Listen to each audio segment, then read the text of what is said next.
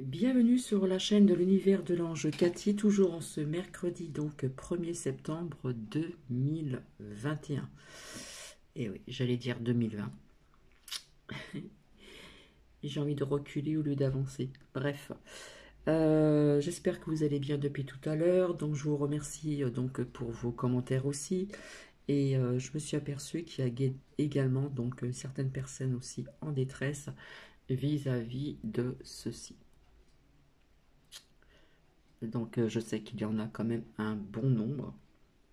Et puis vis-à-vis de ce que l'on découvre, hein, de ces effets, etc., c'est vrai que quelque part, c'est pas très rassurant, pas peut-être pas pour toutes les personnes, mais quelques-unes. Et donc oui, les personnes plongent dans cette détresse et c'est compréhensible. En ce qui concerne ce que je vous ai dit, en ce qui concerne donc les deux chairs de ma chair, peut-être qu'il y a des personnes qui ne le savent pas, nous sommes éloignés géographiquement. Voilà. Donc j'en ai une, j'ai mon aîné qui est donc sur la Côte d'Azur, dans les Alpes-Maritimes, et ma seconde qui est près de Bordeaux. Et ma famille également. Voilà, entre sœurs et frères, nous sommes éloignés géographiquement. En ce qui concerne le reste de ma famille, il y a aussi donc de la famille éloignée où on ne s'est pas vu depuis très très longtemps et nous sommes aussi éloignés géographiquement.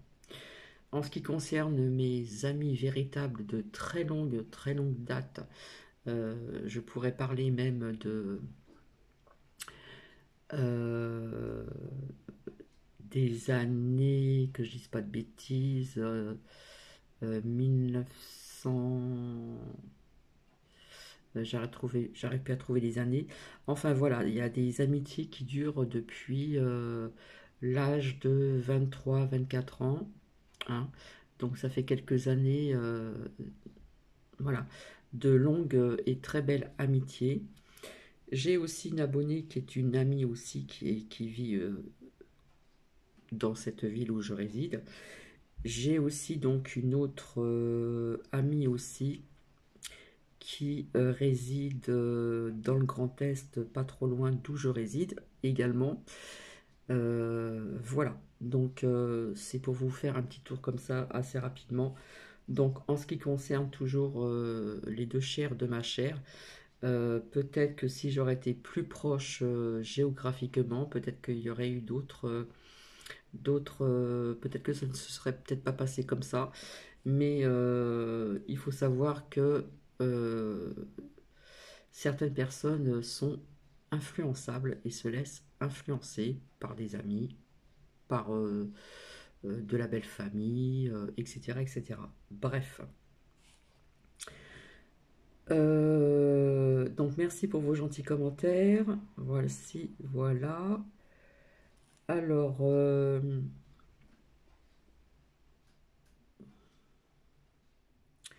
alors j'ai vu encore une vidéo, hein, en ce qui concerne l'ouragan d'une forte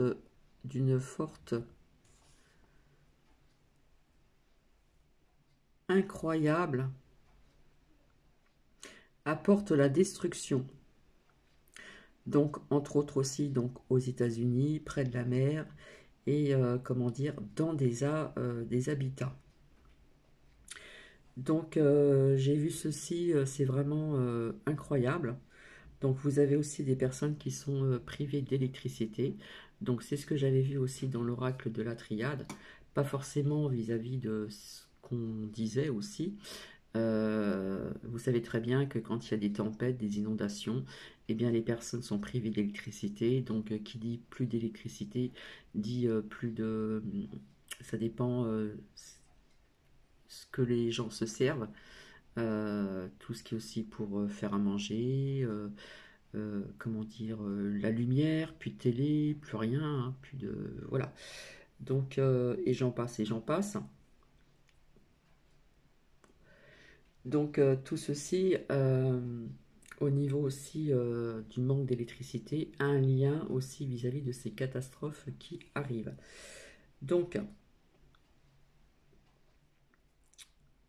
Alors, un lien aussi que je pourrais vous donner, c'est en grandes lettres, que se passe-t-il dans ce monde? Q-U-E-S-E plus loin, passe P-A-2-S-E, T apostrophe plus loin I-L, dans D-A-N, plus loin espace C-E, espace monde M-O-N-D-E, et tout ceci en lettres majuscules. Donc on parle de la Louisiane, on parle aussi du fleuve du Mississippi. Voilà, toutes ces personnes se sont retrouvées sans électricité. Donc l'ouragan a complètement occulté la Nouvelle-Orléans, la ville la plus peuplée de la Louisiane. Donc on voit l'inondation et on voit vraiment cette tempête qui frappe. Donc la tempête, c'est donc quelque part dans l'espace, un petit peu ce que je vous ai montré donc ce matin, il me semble. Et on parle que le lendemain, la vitesse de l'ouragan est tombée à 153 km/h. Que le lendemain. Donc ouragan de premier degré. Donc il y a eu donc des dégâts causés par l'ouragan qui sont maintenant en cours de calcul. Ça a été impressionnant, hélas. Il y a eu des dégâts inconsidérables. Donc je vous disais qu'il n'y avait pas que ceci aussi, d'accord? Il y a aussi donc des dégâts collatéraux, des personnes qui se retrouvent sans rien également. Euh, donc tout recommence à zéro, ce n'est pas facile pour tout le monde. Voilà, surtout quand on a un certain âge, on se retrouve sans rien du jour au lendemain. Voilà, donc ça fait vraiment des dommages vraiment malheureusement incroyables. Et quand je vous dis que ce n'est pas fini, malheureusement ce n'est pas fini. Alors, j'ai appris aussi qu'on parle de Créteil, un centre Créteil à Créteil-Soleil, no pass, non multipass. Il y a eu, soi-disant, à Marseille, alors je pense que c'est vrai, oui, une marche blanche contre les violences, hein, via ce qui se passe donc à Marseille.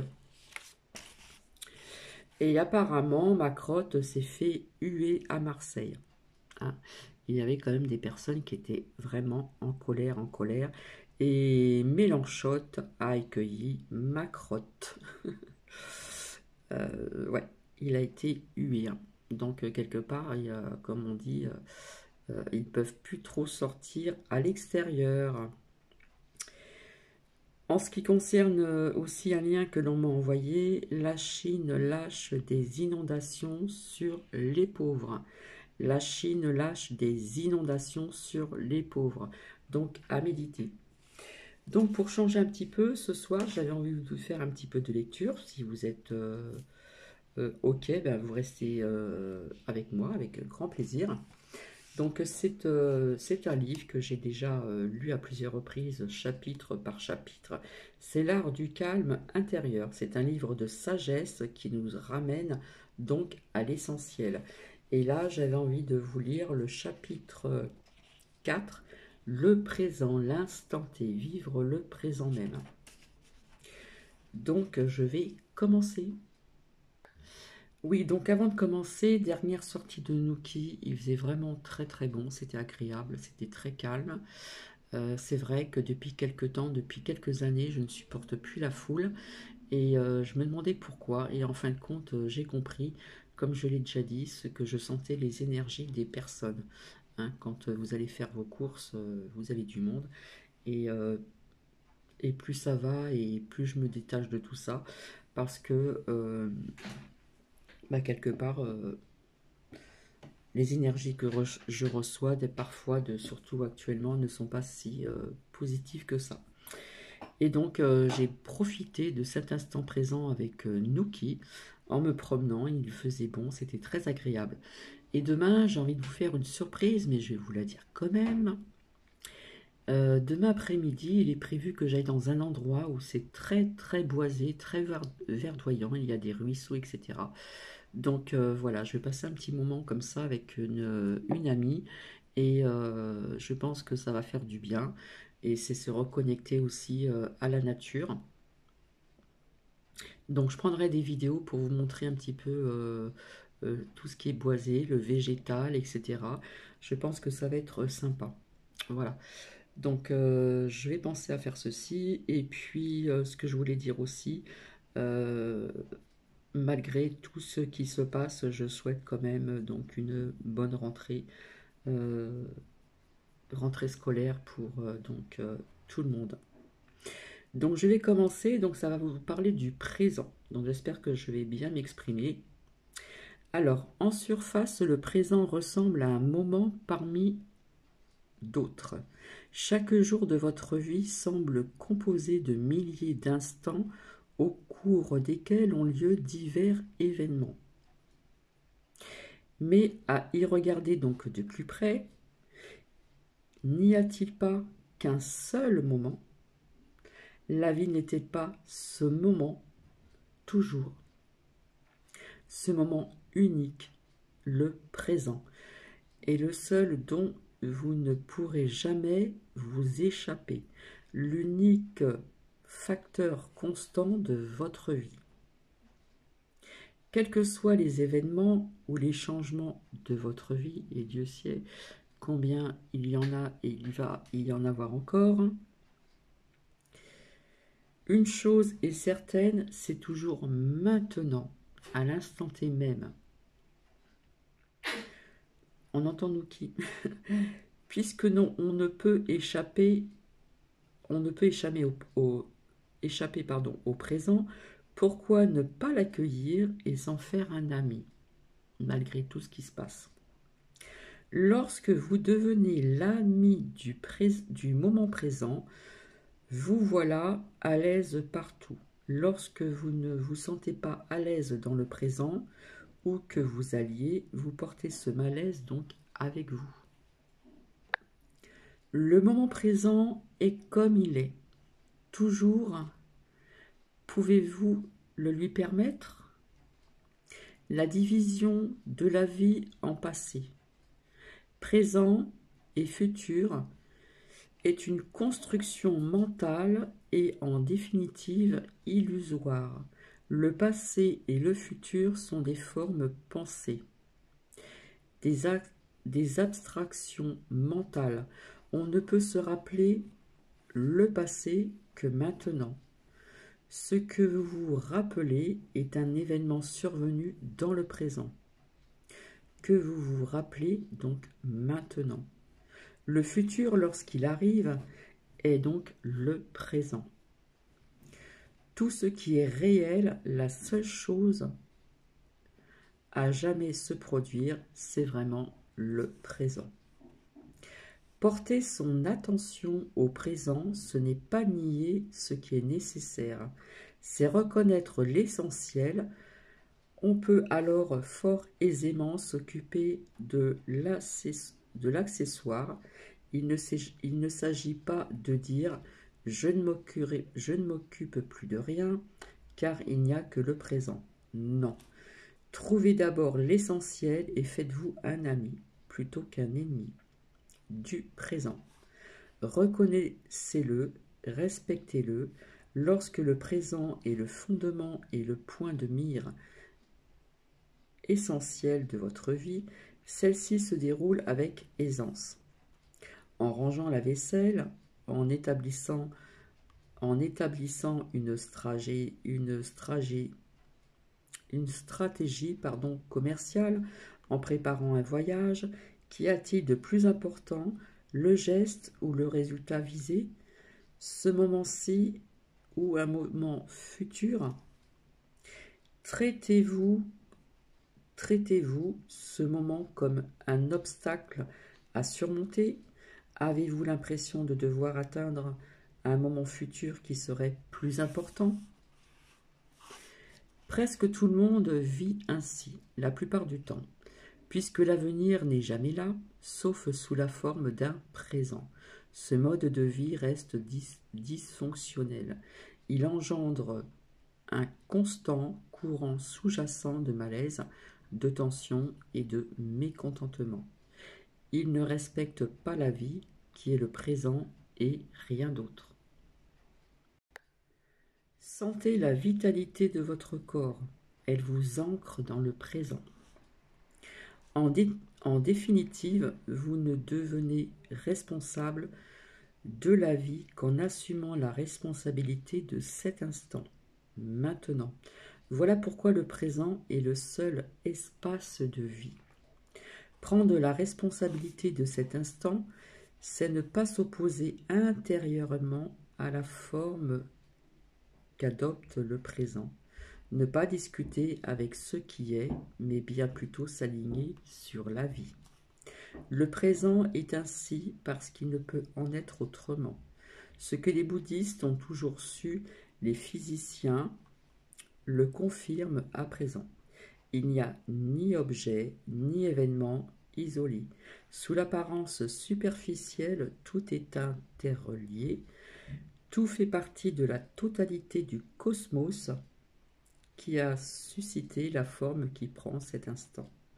En acquiesçant à ce qui est, vous vous alignez sur le pouvoir et l'intelligence de la vie même. Alors seulement, vous pouvez devenir un agent de changement positif dans le monde.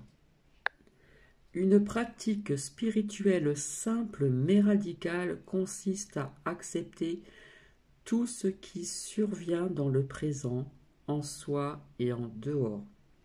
Lorsque votre attention est concentrée sur le présent, une vigilance s'enclenche. C'est comme lorsque vous vous éveillez d'un rêve, celui de la pensée, du passé et du futur. Tant de clarté, de simplicité, aucune possibilité de créer des problèmes, juste cet instant tel quel. Dès que vous entrez dans le présent avec votre attention, vous réalisez que la vie est sacrée. Lorsque vous êtes présent, tout ce que vous percevez a un caractère sacré. Plus vous vivez dans le présent, plus vous ressentez la joie simple mais profonde de l'être et du caractère sacré de toute vie. La plupart des personnes confondent le présent avec ce qui s'y passe, mais ce n'est pas le cas. Le présent est plus profond que ce qui s'y déroule. C'est l'espace dans lequel cela se déroule. Ne confondez pas donc le contenu de cet instant avec le présent. Le présent est plus profond que tout ce qu'il renferme.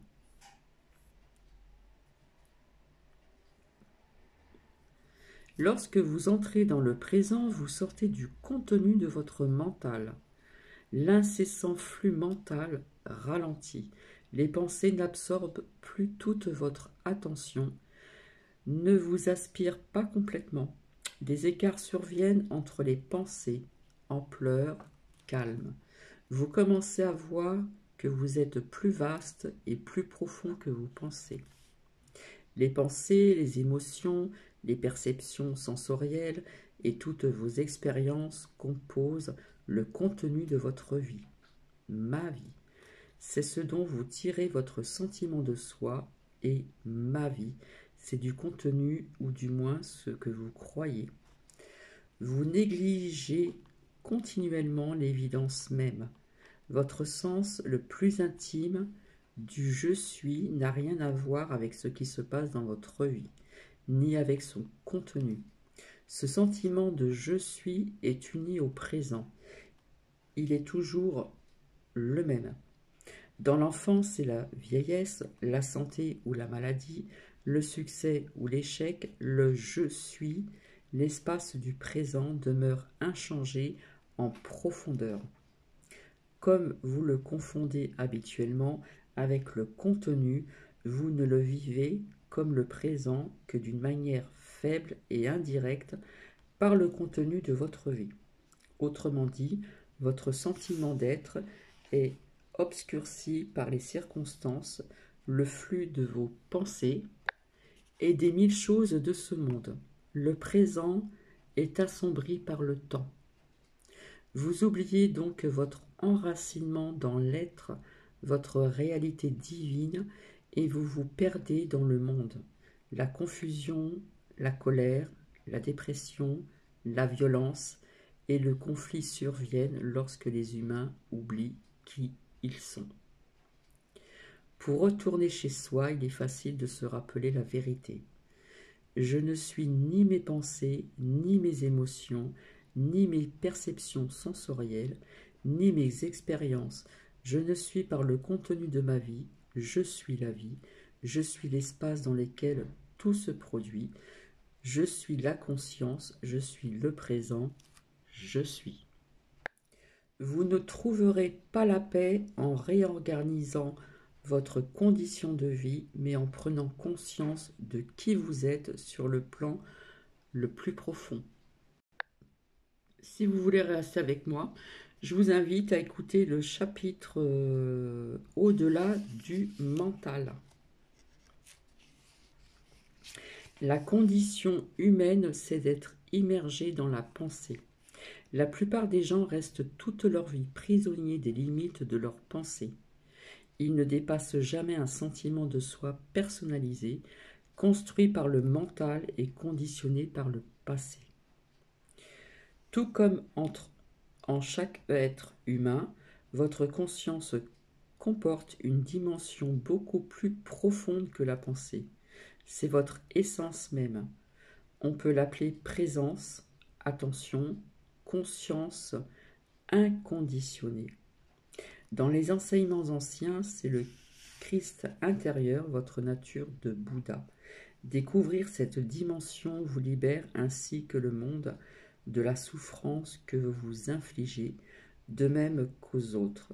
Lorsque le petit moi définit tout votre bagage et mène votre vie, l'amour, la joie, l'expansion créatrice et la paix intérieure durable ne peuvent pénétrer dans votre vie qu'à travers cette dimension inconditionnée de la conscience. Si vous reconnaissez même par instant que les pensées traversant votre esprit ce sont que des pensées, si vous observez vos schémas réactionnels à mesure qu'ils se produisent, alors cette dimension émerge déjà en vous. C'est la conscience dans laquelle surviennent les pensées, les émotions. C'est l'espace intérieur intemporel où se déploie le contenu de votre vie. Le flux de la pensée a une force énorme qui peut aisément vous emporter. Chaque pensée se donne tellement d'importance. Elle veut attirer toute votre attention.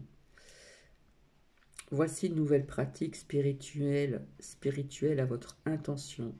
Ne prenez pas vos pensées trop au sérieux. Comme il est facile de se prendre au piège de ses propres prisons conceptuelles, le mental humain, dans son désir de connaître, de comprendre et de contrôler, prend ses opinions et points de vue pour la vérité. Il dit, c'est ainsi que cela fonctionne. Vous devez dépasser la pensée pour vous apercevoir que peu importe comme vous interprétez votre vie, celle d'un autre ou son comportement, et peu importe le jugement que vous portez sur une condition. Ce n'est qu'un point de vue parmi maintes possibilités. Ce n'est qu'un amas de pensées. Mais la réalité est un ensemble unifié dans lequel tout est entrelacé, où rien n'existe en soi ni isolement. La pensée fait éclater la réalité. Elle la découpe en fragments conceptuels. Le mental, c'est instrument utile et puissant, devient fort contraignant s'il s'empare totalement de votre vie, si vous ne voyez pas qu'il constitue un aspect négligeable de la conscience que vous êtes. La sagesse n'est pas un produit de la pensée. La profonde certitude qu'est la sagesse naît d'un simple geste, celui d'accorder d'accorder toute votre attention à un être. L'attention, c'est l'intelligence primordiale, la conscience même. Elle dissout les barrières de la pensée conceptuelle et s'accompagne de la renaissance que rien n'existe en soi ni séparément. Elles font le sujet et l'objet de la perception en un champ de conscience unifié. Elle guérit la séparation. Chaque fois que vous êtes plongé dans la pensée compulsive, vous évitez ce qui est, mais ne voulez pas être là où vous êtes, ici et maintenant. Les dogmes religieux, politiques, scientifiques naissent de la croyance erronée selon laquelle la pensée peut englober la réalité ou la vérité. Ils sont des prisons conceptuelles collectives. Le plus curieux, c'est que les gens adorent leurs cellules, car elles leur donnent un sentiment de sécurité à la fausse impression de savoir. Rien n'a infligé à l'humanité plus de souffrance que ces dogmes. Tout dogme finit tôt ou tard par s'effondrer. Oui, car la réalité finit par révéler sa fausseté. Mais si l'on n'en voit pas donc l'illusion fondamentale, il sera remplacé par d'autres. Quelle est cette illusion fondamentale? L'identification à la pensée. S'éveiller sur le plan spirituel, c'est s'éveiller du rêve de la pensée. Le domaine de la conscience est trop vaste pour être saisi par la pensée. Lorsque vous ne croyez plus tout ce que vous pensez, vous sortez de la pensée pour voir clairement que le penseur n'est pas votre être essentiel. Comme le mental dépend de l'insuffisance, il est toujours avide d'avoir davantage. En vous identifiant au mental, vous tombez très facilement dans l'ennui et l'agitation.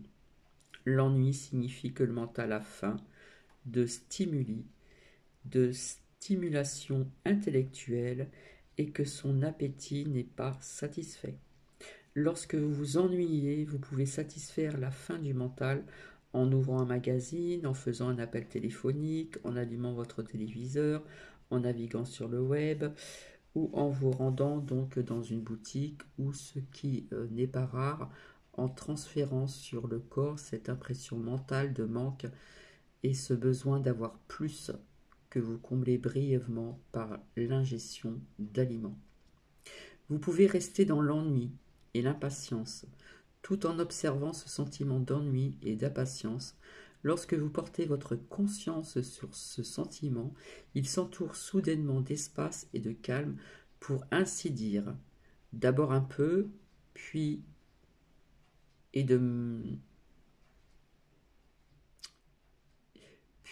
à mesure que grandit ce sentiment d'espace intérieur, l'ennui diminue en importance et en intensité.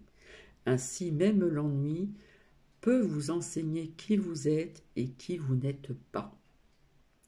Vous découvrez que cette personne qui s'ennuie n'est pas votre nature essentielle. L'ennui n'est qu'un mouvement d'énergie conditionnée qui vous habite. Vous n'êtes pas non plus cette personne en colère, triste ou craintive. L'ennui, la colère, la tristesse ou la peur ne sont pas à vous. Ils n'ont rien de personnel. Ce sont des états d'esprit. Ils vont, ils viennent. Rien de ce qui va et vient n'est vous. Je m'ennuie. Qui c'est cela? Je suis en colère. Je suis triste. J'ai peur. Qui c'est cela? Vous êtes le fait de connaître et non l'état connu. Tout préjugé implique l'identification au mental. Il signifie que vous ne voyez plus d'autres humains, mais seulement l'idée que vous en avez. Ramener à un concept la vitalité d'un autre humain constitue déjà une forme de violence. Si elle n'est pas enracinée dans la conscience, la pensée devient égoïste et dysfonctionnelle. l'ingéniosité dépourvue de sagesse est extrêmement dangereuse et destructive. C'est l'état actuel de la majeure partie de l'humanité. L'amplification de la pensée par la science et la technologie, ni bonne ni mauvaise en soi. Elle est aussi devenue destructrice, car souvent la pensée initiale n'est pas enracinée dans la conscience. La prochaine étape de l'évolution humaine consiste à transcender la pensée. C'est notre tâche urgente, urgente. Cela ne peut pas dire cesser de penser, mais tout simplement de ne pas être identifié à la pensée, ni possédé par elle. Sentez l'énergie de votre corps intérieur. Le bruit du mental ralentit alors ou cesse immédiatement.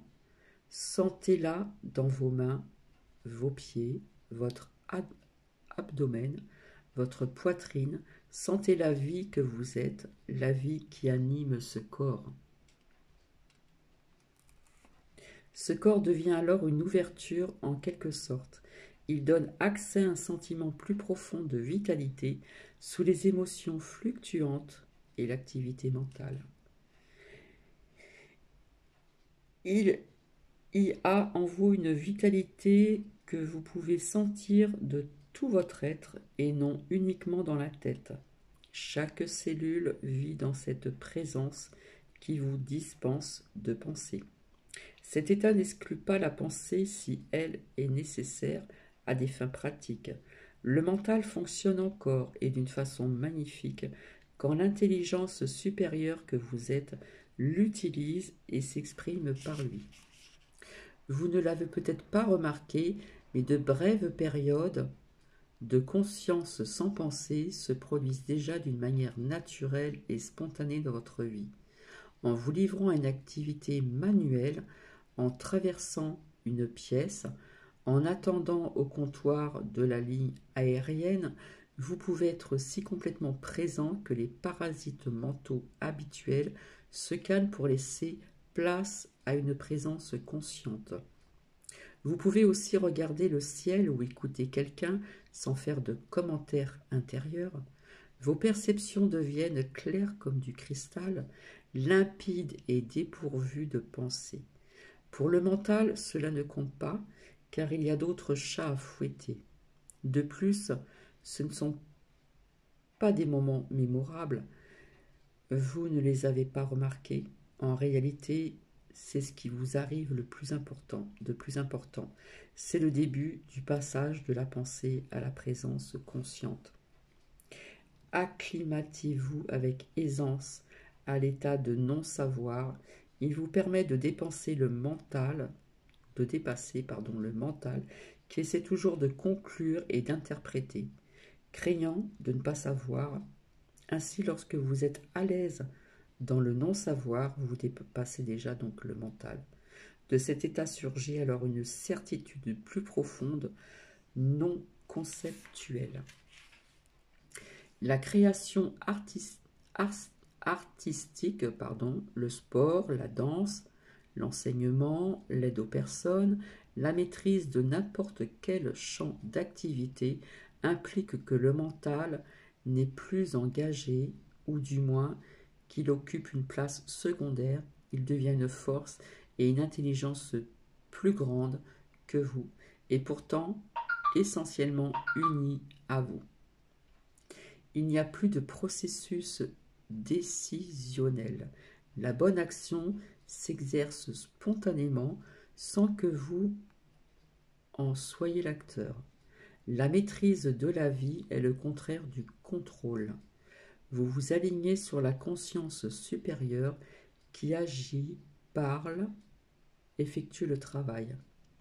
Un instant de danger peut susciter une cessation temporaire du flux de la pensée et ainsi vous donner un aperçu de ce que veulent dire la présence, l'éveil ou la conscience.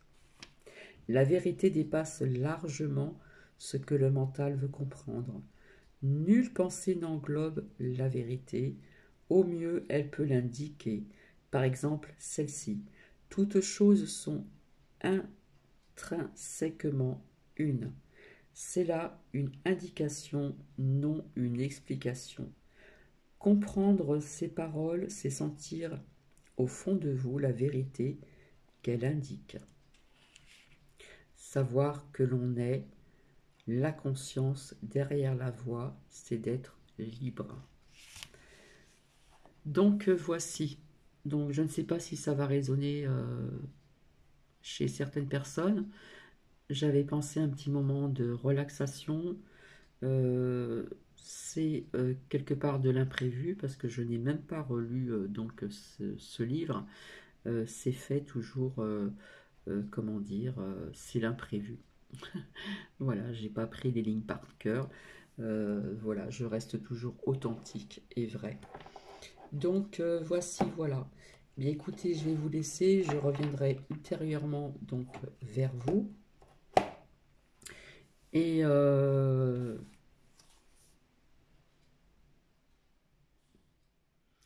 alors ce que je vais vous lire derrière, c'est L'art du calme intérieur. C'est un livre de sagesse qui nous ramène à l'essentiel.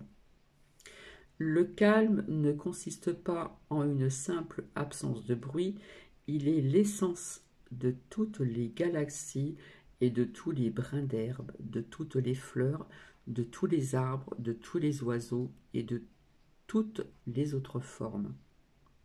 En accédant à ce calme intérieur, nous nous alignons sur le pouvoir et l'intelligence de la vie elle-même. Dans cet état, il n'y a ni souffrance ni peur, juste une source d'amour, de joie et de paix intensément vivante.